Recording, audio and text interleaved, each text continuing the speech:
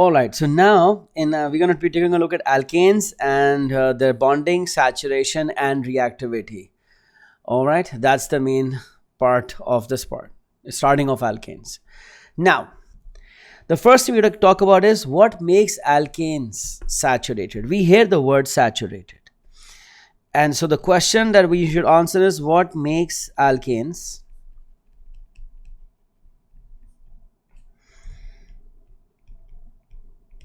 saturated? What makes them saturated? Okay. Now, I'm going to draw a molecule on the left and a right. Okay. This fellow is what you might call it. So I have one fellow on the left. I'm going to actually just copy and duplicate this if I can. And I'll make a little difference here. What I'll do is I will actually do this.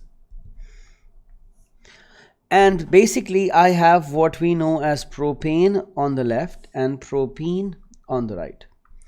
We know them because if you know how to name them, it's got 3 carbons, so the prefix is prop because it's 3 carbons, and the ane and the ene is because they have an alkane or an alkene.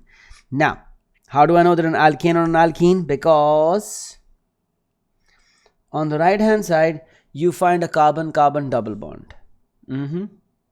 Now, on the fellow on the left, if you notice something here, we call this is a saturated hydrocarbon.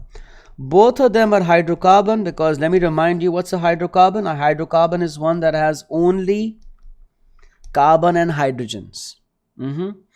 But we call the left one a saturated and the right one a unsaturated.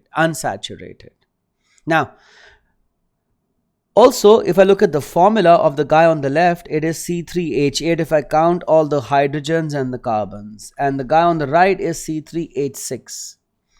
Why am I writing this?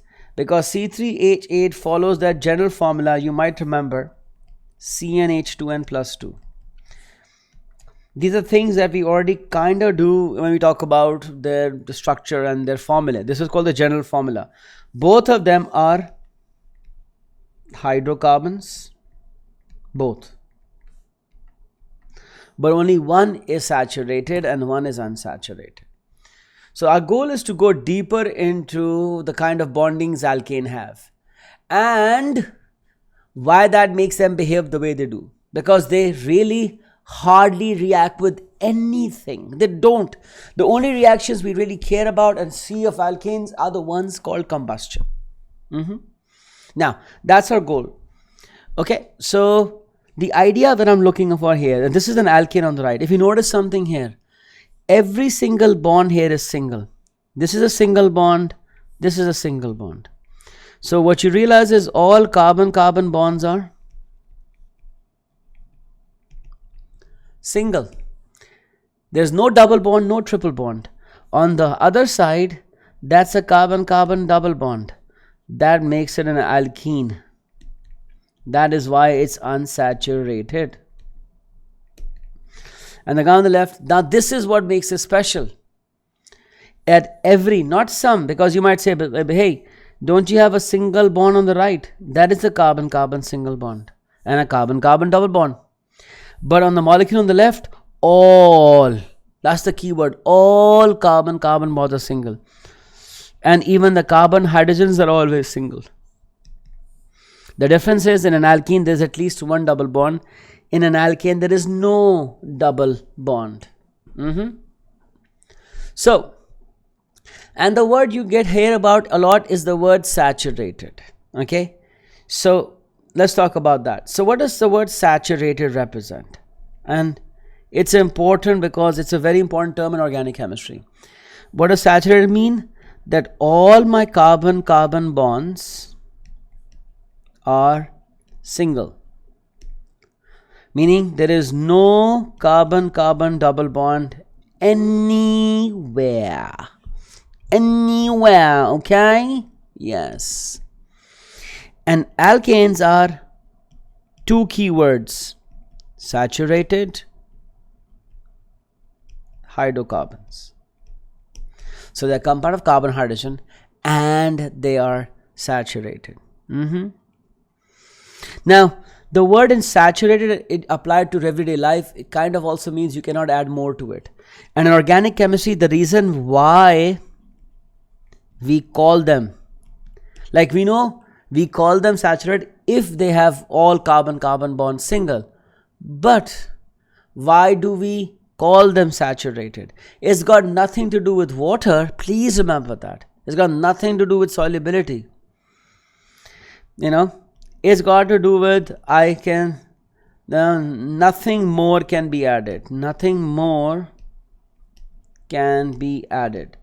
Now, when you look at after this, when we do alkenes and when we do unsaturated hydrocarbons, what you will realize is that for alkenes, you can add more things to it. Hence, we call them unsaturated. And why can we add more things to it? Because they have a carbon-carbon double bond. So when they have no carbon-carbon double bonds in organic chemistry, you cannot add any more things in, which just makes them quote-unquote saturated. So now, how do I tell if something is a saturated compound? You look at the formula, you look at the carbon-carbon bonds. If there are not a single carbon-carbon double bonds, it is saturated. Okay. Now, and here, why do you call them? Because nothing can more be added. What do you call this kind of reaction? So you say there is no addition reaction for them. We will cover addition reactions in alkenes, and all you got to remember is that because alkenes have a carbon-carbon double bond, they can undergo addition reactions. And because they're saturated, they are unreactive. So alkanes are hydrocarbons that are saturated, and because they're saturated, they are unreactive. They are less reactive. There is a way to test for chemically confirm that something is saturated. We'll do that in alkenes also, but we call it a bromine water test. So there is a bromine water test.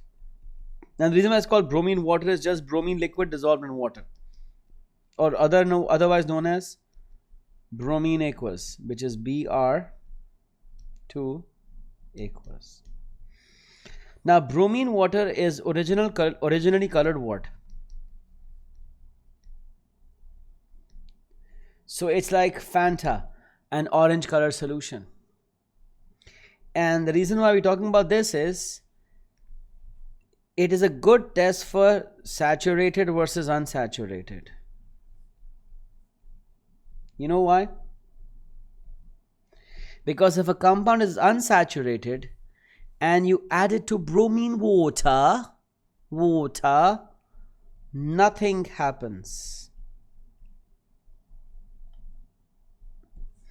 But if you add it to unsaturated, the orange solution reacts to become, orange solution becomes a transparent solution. In chemistry, we don't use the word transparent, we use the word colorless. And why does this happen? Because unsaturated have a carbon-carbon double bond and saturated have no carbon-carbon double bond.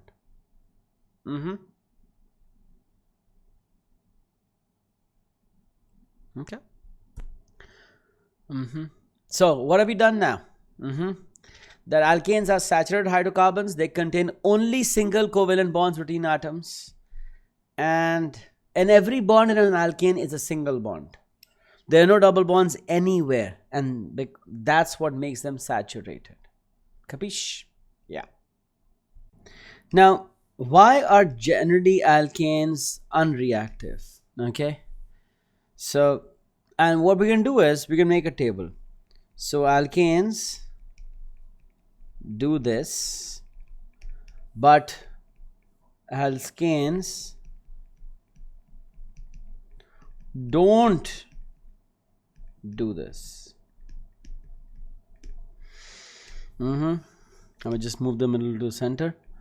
Okay, so what do we do? Basically, What's the idea? That they are saturated, there are no double bonds, they're all single bonds. So alkanes are generally unreactive. The word is generally, not always. There are two exceptions. Okay? Generally, there are two exceptions. J2 have two reactions only. Okay? So, what are the exceptions?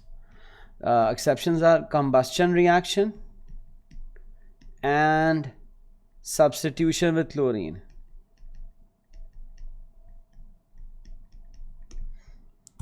So alkenes have only two reactions. That is, okay. So what do? They burn in oxygen. Reaction number one. That's called combustion. That's all they do. That's important. But they all burn, meaning because they are fuels. Alkanes are fuels, which is what the war is about half the time. Fuel. And the second is they undergo substitution with chlorine. Now we will look at these reactions in more detail in the next lesson. But for now, is the second reaction of chlorine. That's it. That's it. Two reactions. They burn to give heat or energy, or they undergo substitution with chlorine. What don't they do? We kind of saw some of that already. What don't they do? They do not react with what? Bromine. What don't they do? There are no. So basically, what don't they do? So what don't they do? They do not react with bromine. Okay. They have no addition reactions.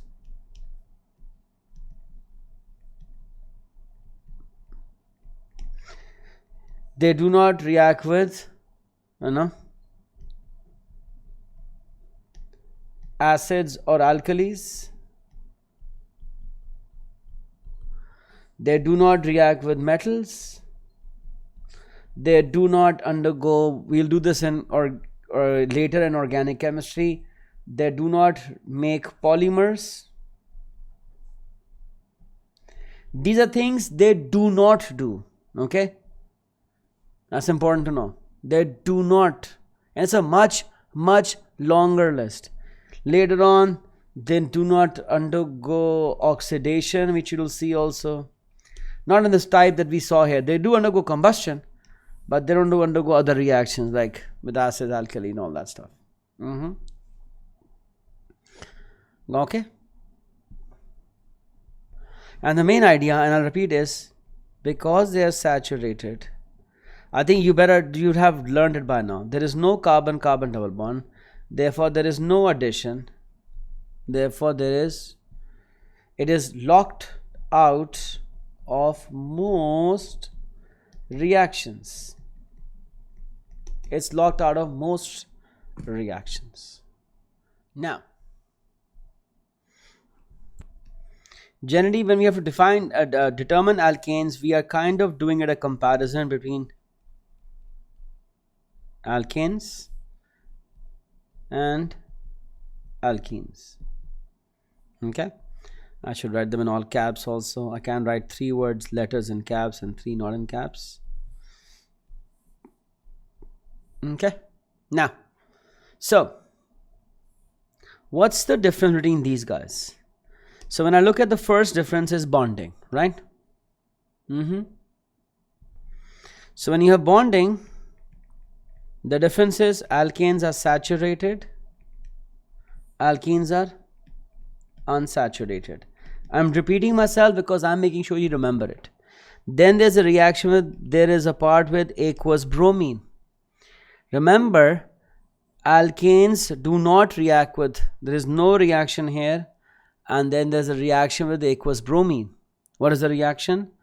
That it turns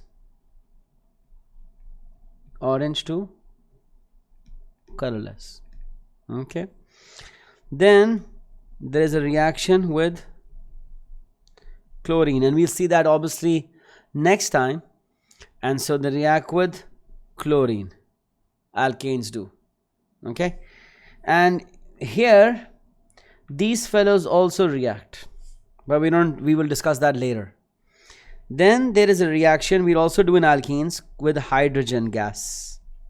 And when we do alkenes, this will become more important, and we can refer to this again. That alkanes do not react with hydrogen, alkenes do.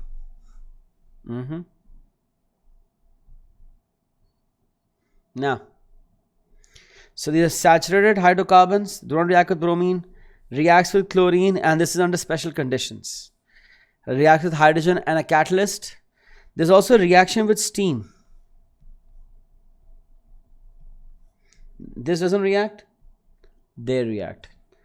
Polymers. No, yes. The only reaction that both do is this, I'll write on top if I can. Combustion. Both have combustion reactions. So, if I had to just quickly talk about an alkane like an ethane or ethane, whatever your accent is and your pronunciation is, ethane or ethane, I'll say ethane reacts with bromine water, yes or no? Because ethane is an alkane, bromine water, no. Ethane forms polymers, no. Ethane has only single bonds, yes, because it's saturated. Ethane undergoes combustion, yes. Okay, that's how you identify. On the other hand, they can also give a mystery compound and they want you to identify it. That could be a second thing they give you. For example, they say compound Q does not decolorize bromine water. What can you say then? Well, if it does not decolorize bromine water, it's most likely an alkane. Got it?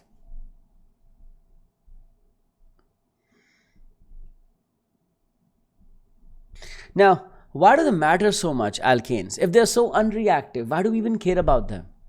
Well, one of the biggest reasons is they actually help us make fertilizers, but we don't study that. What we do study is they also undergo combustion. They're highly exothermic. They give a lot of heat, and they're great fuels. And some of the popular alkanes are what? So, alkanes as fuels are great. You know why? Because they undergo combustion, and combustion is highly exothermic. And what does exothermic means? It produces heat or energy. And you know, we are energy hogs, we need energy. Then, and you know, what are some of the fuels? The most smallest alkane is methane. It's what we call natural gas. It's what, when we get it in Pakistan, it comes in your pipes to cook food. Then, when you do not have natural gas, you get these LPGs. This is liquefied petroleum gas. It comes in gas cylinders that you can buy. Then, there's another 8 carbon compound. Methane has 1 carbon, prop has 3 carbons, and an 8 carbon octane is found in gasoline, also known as petrol. So in America it's gasoline, in England and in most of the British world it's petrol, which is going sky high these days. So they're unreactive except for combustion. Let's wrap this up. Saturated hydrocarbons, they only have carbon-carbon single bonds. They're generally unreactive and they do not undergo addition reactions. The most popular reaction is, for them, combustion. All right.